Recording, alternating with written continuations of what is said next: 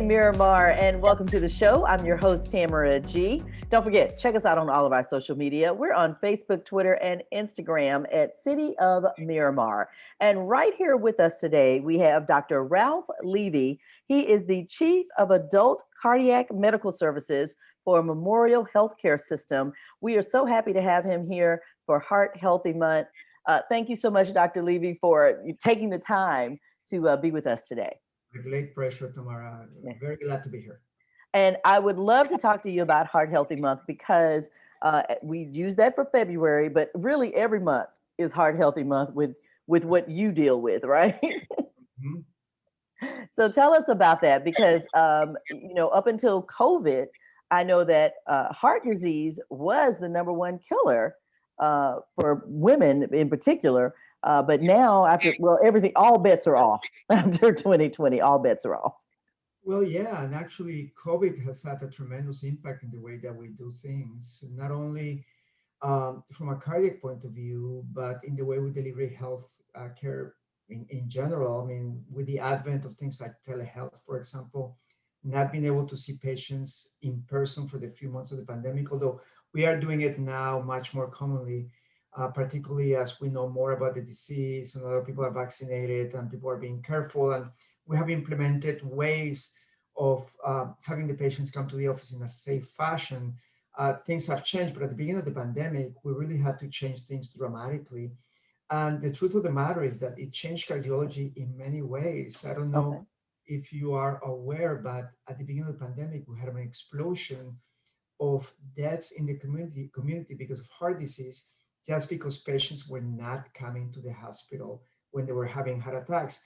That wasn't only in Broward County, in Miramar, in Dade, in Florida. It was worldwide, about 50% decrease in number of patients coming with heart attacks to hospitals, and then discovering later on that we had a spike of deaths at home because these patients did not seek care. In other words, COVID killed them just out of fear.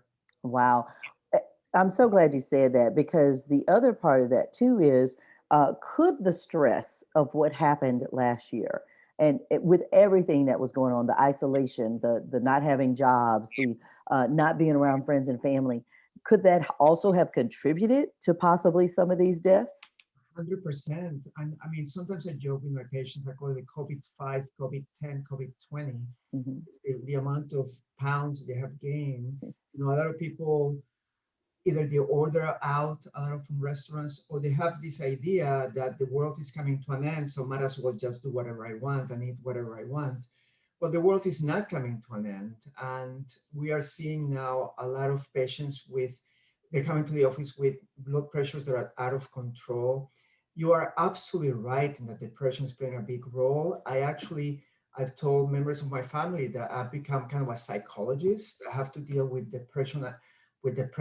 COVID anxiety. People are afraid of the disease, that they're also afraid of leaving their houses and they get profoundly depressed.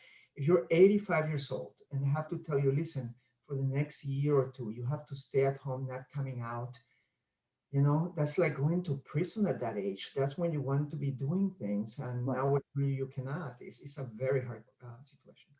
And so, what would you suggest to people who are, you know, you're doing, like you said, the teledoc right now? People are eating and gaining that 5, 10, and 15 pounds. I, I guess I'm asking everything that you should have been doing last year, you need to be continuing to do this year if you don't want to see Dr. Ralph Levy. Exactly. So, it's not that complicated. I tell my patients, you don't have to stay home. You just have to be careful. I mean, there's no reason why you cannot take a walk as long as you're having a mask. You stay away from people. Most people live in neighborhoods that have very nice streets where people can walk. You can drive to a park and just walk in the park, for example. There's no reason why you cannot change things for the positive instead of being a negative. The world is coming to an end. Is no, I'm going to get myself better. I'm going to learn to eat better. I have a little more time. Maybe I can get from the supermarket healthy foods, learn a few recipes, make my family healthier, not only myself, but my family healthier. We have to think about our children as well. Mhm. The epidemic of obesity that we have in this country is only going to get worse if we don't start taking care of our children now, for example. Right. Wow. Well, since it's February, which is Heart Month, you can get a calcium scoring CT scan. That's a heart scan for just $50 at Memorial Cardiac and Vascular Institute. All you need is a prescription from your primary care physician. And why, Dr. Levy, would this be so important that people get a calcium scoring CT scan? So let me tell you what this test is, because it's a test that we've been doing for years, but the penetration in terms of knowledge of this test is not wide. And we want to make it because it is the best test that we have right now to show somebody whether they're at risk of having a heart attack. And Oh, the way wow. that it works is this. When we develop cholesterol plaques in our hearts, in the arteries of our hearts, that is a marker of a risk of having a heart attack. And the way that these plaques work, initially they're soft, they're not calcified, but with time, the way that they heal is that they calcify. And we can measure that now. And it's a very simple test. You come to the hospital, you go to a CAT scan machine, and the test lasts exactly 30 seconds. You take a deep breath. By the time you exhale, the test is done. The amount of radiation is minimal. It costs only $50, and it gives us a risk profile. For example, if your score is zero, Tamara, I can tell you right now that your chance of having a heart attack is less than 0.1% per year for the next 4 or 5 years. Essentially, it's like a warranty. You're going to be fine. Especially Wow. if you get two in a row, like every 5 years you get two in a row, the chances of you having a heart attack are extremely small. Everything else changes, however, when you have already calcium in the arteries of your heart. Then the risk starts increasing. If the level of calcium is small, small risk. If the level of calcium, the score is very high, high risk. So it allows us, number one, to show the patient that they're at risk and show them, listen, this is not theoretical. You have calcium in the arteries of your heart. You are at risk of having a heart attack. Number two, we can tell them your risk is small, moderate, or severe. And number three, it convinces patients to allow us to treat them because there's this big resistance. Everybody else tells me I'm opposed to medications. Mhm. My answer to that usually is as soon as you're opposed more to having a heart attack, you'll take the medication. Uh, Yeah, that's how that works, Dr. Levy. If people are just tuning in, we're speaking with Dr. Ralph Levy. He is the Chief of Adult Cardiac Medical Services for Memorial's Cardiac and Vascular Institute. He was just talking about during February for $50, you can get a calcium scoring CT scan, which is a heart scan, and all you need is a prescription from your primary care physician. If you do not have a primary care, can you still get it? I don't know the answer to that. I do think that you need a prescription, Okay, unfortunately. so you have to have a prescription for people Yeah. who are watching. Definitely get that from your primary care physician. But for $50 to see how much calcium is there, listen, that will give you some type of relief, or at least you will know what you need to do. Okay, let me add a little bit to that. Hmm. We just don't want everybody to get a coronary calcium score. It has to be people who are at risk. So I would say usually age 40 and older who have certain what we call comorbidities, risk factors to have, heart attacks that include high blood pressure, diabetes, they smoke cigarettes, they have a strong family history for premature coronary artery disease, for premature heart attacks, or that have very high cholesterols or high cholesterol in general. Any of those patients, it doesn't have to be all of them, it can be one of them. They're immediately or at risk, and then we really want to take care of you. We want you to get the test. If you have calcium, then you need treatment, usually some medication to reduce cholesterol, and that will mitigate in a very strong fashion your risk of having a heart attack. We can take care of this. We can, you know, when we stopped people from smoking years ago, 20, Hmm. 30 years ago, we saw a dramatic decrease in number of patients having heart attacks and patients dying of heart attacks. That curve is starting to flatten out and increase again because of the epidemic of obesity and diabetes that we have in this country. And we have to change that paradigm. We have to get people to eat healthy, to take care of themselves, to lose weight. But if they already have, coronary artery disease, we can treat them and we can prevent those events. We can help you for sure. I love that. All right. Memorial has partnered, of course, with the City of Miramar on many different events. There's one coming up, Mayor Messam's Chat. That's Wednesday, February 17th at 6 p.m. with Dr. Priyanka Gosane and Dr. Tadra Anderson Rhodes. So again, that is next Wednesday. So check that out. And again, as Dr. Levy mentioned, we were talking about the calcium scoring CT scan, which is a heart scan for just $50 this month only at Memorial Cardiac and Vascular Institute. All you need is a prescription from your primary care physician, and it's more preventative. And as Dr. Levy said, once you find out, a lot of people, they were opposed to medicines, but once they find out, then you need to do what you need to do. Thank you so much, Dr. Ralph Levy. He is the Chief of Adult Cardiac Medical Services for Memorial's Cardiac and Vascular Institute. We're going to let you get back to saving lives right now, but we certainly appreciate you talking with us and just letting us know what we need to do and to continue moving forward out of this COVID to keep our lives healthy. You got it. And thank you for the opportunity. I really appreciate it. Thank you. Take care. Bye. Good morning, Miramar, and welcome back to the show. I'm your host, Tamara G. Don't forget, we are on all of your social media. You can find us at City of Miramar on Facebook, Twitter, and Instagram. And speaking of the City of Miramar, we have some of our finest, our employees here at the city. I'm going to have them introduce themselves because they are in different areas because, again, we are definitely doing our protocol 6 feet apart and trying to social distance. Yeah, that's about 6 feet. And we're going to have them on. So we'll start with Dr. Virgin, if you'd introduce yourself. Good afternoon, Miramar resident. My name is Dr. Roy Virgin. I'm the Director of the Utilities Department. All right. Shalonda? Hello, Miramar. My name is Shalanda Craigie. I'm the Water Quality Lab Manager. And of course, Balky. Hello, Miramar. My name is Balky Bisram, and I'm the Chief Operator of the Wastewater Treatment Plant. So happy to have our Utilities Department on with us today because I can say without any doubt, Dr. Virgin, that people take utilities for granted. We just assume that our electricity is going to be on and that our water is going to be good. So tell us a little bit about why we should not take that for granted. Absolutely, that's true. We go home and we turn our taps on and the water is there. We flush our toilets and it works. And so we take it for granted that these functions will always be there. And the City of Miramar strive to make sure that they'll always be there.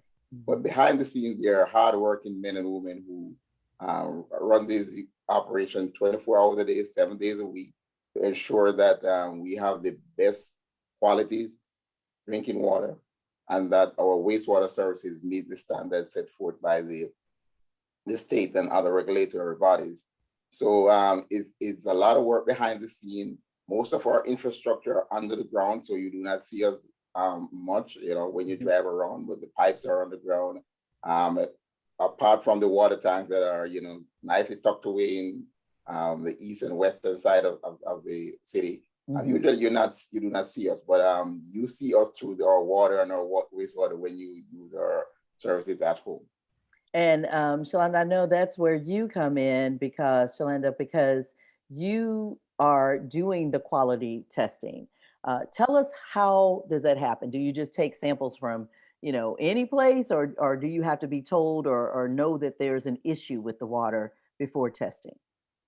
Okay, Tamara, sure. Under the Safe Drinking Water Act, the Environmental Protection Agency, they establish the rules and regulations that public water systems must operate under. So they determine what we need to monitor for, how often we need to monitor for it, and who we have to report to. So our state certified laboratory here within the City of Miramar, we are open 7 days a week, and we currently have 85 certifications in microbiology and chemistry. So as Mr. Bisram and his team and other hardworking men and women in this department produce the water and take in the wastewater, we as a laboratory, we act as a quality control, testing it to make sure that it's meeting regulatory standards. So once we test, we also have to report every month to the state to make sure that we're maintaining compliance. Wow. And the City of Miramar takes this very seriously. I mean, there's no cutting corners. There's no, oh, well, maybe this will pass. Tell us about it. No, we can't. We're We're federally regulated. Mhm. They come in, they audit us, all of our records, document, quality control. If we take a sample, one sample, usually there are like 10 other secondary checks behind that to ensure the quality of the sample. All of the work that we're doing here, it's legally defensible in the court of law. So we have to take it very seriously. Our samples come from various ages or various stages of the treatment process. The samples may come from the resident's home. The samples may come directly from underground. In our distribution system, we take samples from everywhere, and they are all reported and all regulated. And Balke, I wanted to talk to you about that because what are some of the things that you are finding residents are doing that they're doing totally wrong with our water supply? Well, um, basically, it's all about understanding the water that you're getting, and I believe our presence here today is to put the public at rest, because in water system and the treatment process, like Shalanda just explained, all of these things are regulated. So when we take the drinking water from our raw water sources and it comes through the water plant, and here at the West Water Plant, we have both the RO, which is reverse osmosis treatment, and we also have nanofiltration. So it is our duty, our solemn duty, when we take this water from the raw water source, that every aspect and everything is done according to our regulatory bodies. So we are putting out a standard of drinking water that is also regulated and protected for our protections and for our consumer protections. Most of the times when you hear residents would make a comment, it's not like they want to do that. It's because the information is not given or they don't have it. So I believe when Dr. Virgin and I, we spoke today in Shalanda and we're here, so we can give them some idea of what goes into our water treatment and what we are taking, what steps we are taking. Right. So, But people just feel like they can just drop anything down their drains. They just, oh, let me put some grease down there. Let me put some food down there. Let me, I can't even imagine what you guys fish out of our water supply. yes, because one thing that the public, a lot of people are not aware of, the drinking water source, we have two sources, the Biscayne Aquifer and the Florida. The Biscayne Aquifer is basically a superficial aquifer. So as a resident, when he goes in the back of his house and pour oil into the soil or gasoline there, guess where it's going to end up? It's going to end up in the aquifer, the Biscayne being out there. So this is part of the education process. And this is what we're dealing with in water treatment. Okay. And so we want to encourage people, if you're just tuning in to Good Morning Miramar, we're speaking with three of our best employees in the utilities department dealing with potable water, which I want to go back to that, Dr. Virgin, because when we set this email up, he was like, oh, are we going to be talking about potable water? And I said, well, I guess so, even though I don't know what that is. So tell us what that is, Dr. Virgin, when you say potable water. Thank you. We try to stay away from acronyms or terms that may not be common to the public. And as Balke alluded to, that's why we're having this kind of discussion. So potable water really means drinking water. Okay. Now, how do we obtain our drinking water? Balke alluded to that earlier, that we have two raw water sources, the Florida aquifer and the Biscayne aquifer. So while we take the water from those aquifers, it has to go through a treatment process. And he talked about the reverse osmosis and the nanofiltration process.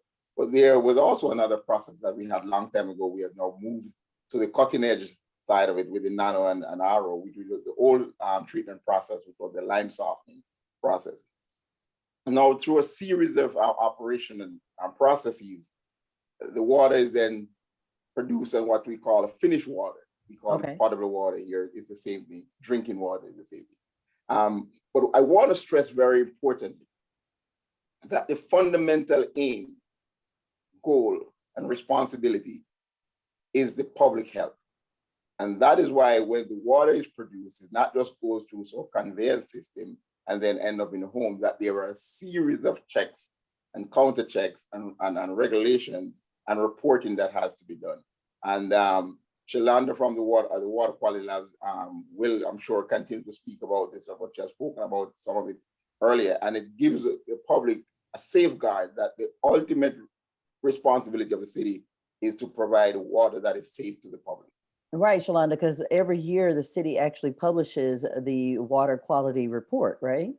Exactly. We are federally mandated to produce a consumer confidence report that lets all of the residents know the state of the water, everything we discussed here today, the sources, how we treat it, what our results are, if there are any adverse impacts on our water quality system. All of those things can be found in that report. So as a resident, you're welcome to go on to our utility homepage under the Water Quality Laboratory, and you can see our current report and previous reports from many years going back. And that way you can have an accurate snapshot about what has been going on in our distribution system throughout the entire year. And of course, you can always find that on the website MiramarFL.gov and go to departments and click on utilities. I wanted to go back to Balky and what are the things that people should not be doing? We just mentioned, throwing your oil in the backyard and things like that because it's going to run off and go into the aquifer. But, truly, what are some of it's amazing again when people just flush down the toilets or run down their pipes. I don't know where they think it's going. Yes, well, everything put in has got to go somewhere, right? Right. This is the next aspect of it. We have inspectors, city inspectors, that would visit restaurants and all commercial buildings to make sure the setup and whatever the waste that they're putting on there, that is also regulated. Okay. It is regulated. Yes, Miramar does have that, and we have our inspector who does that. And he would visit, a restaurant, somebody's using a lot of oil or chemicals or detergents, and this is also regulated.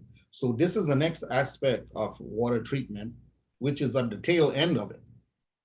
We're coming in from the raw water source, and this is going back to the tail end of it. But that is also inspected and regulated. So this is how people can, most of them can, maybe they're not aware of these things, but the city of Miramar is actually doing it, and we are mandated to do it also. That's amazing. And that's talking particularly about businesses, but homes, people, the residents, we also all need to figure out what we can and cannot do when it comes to our water and having some of that potable drinking water. Yes, I would say that anything you don't want to drink, and it's not really good for anything. Like don't throw your rat poison into the water system. I mean, and to touch on what Balky said, one of the important things, because this is kind of leaning towards the wastewater end, is as a resident, for example, medication. You can have medication. A lot of people think it's okay to just flush it down the drain, and it's really not. Some people, they flush needles, hypodermic needles down the drain, and all of that stuff, it comes through our distribution system to the wastewater plant, and it has to be taken out for that treatment process to even begin. So it would really be helpful not to put those certain things down in the drain. So. And please listen to what our utilities department is saying about that. Miramar residents and businesses, yes, anything that, as Balky said, that you don't want to drink, then do not put that in our water system. So we certainly appreciate it. And we're going to have you guys coming back, or have someone from utilities coming back and talking about conservation next week. But if people want more information, Dr. Virgin, about anything with utilities department at the City of Miramar, where can they go for that information? I'm sure they can attend the City of Miramar website, and they can then click onto the utilities department that has most, if not all, the information that they're seeking. We also have a 954-602 help hotline, and the staff are there and willing and able to answer some of the questions that residents may have from time to time. So information is readily available. But I want to digress, not even digress a little, but to expand a little bit, that for the resident to know that we have two water treatment plants, one on the east side, one on the west side. We have storage capacity across the city, where we have those storage tanks, so we can store up to over 10 million gallons of water. And we also have a wastewater treatment facility. So that was where you talked about when you flush things out of the toilet, where does it end up here in the wastewater treatment plant, where we treat those wastes and have it disposed in a regulatory manner. Mhm. And also another side of that, another component of that is the water conservation, what we call a reclaim or reuse water that we may be talking about next week or so on. But you can see that once the water is extracted from the ground, there are a lot of processes that it goes through until we also inject some of it back into the ground. So we're keen. Well, we are glad that you all are keeping our water system safe in the city of Miramar. Thank you very much, Dr. Roy Virgin, the Director of Utilities for the city of Miramar, Shalanda, as well as Balky. Thank you all for joining us as well. And if people want more information, you can always call the 954-602-HELP line, or you can always go online to the website, MiramarFL.gov, and look for departments and click on to utilities. Thank you all so much for being with us today, and we look forward to talking with you again next time about conservation, because that's a very important thing as well. So we'll be talking with you all about that coming up next week. So thank you so much. Thank you for your time. Have a And good day. thank you. And thank you for joining us on Good Morning Miramar. Until next time, I'm Tamara G. See ya.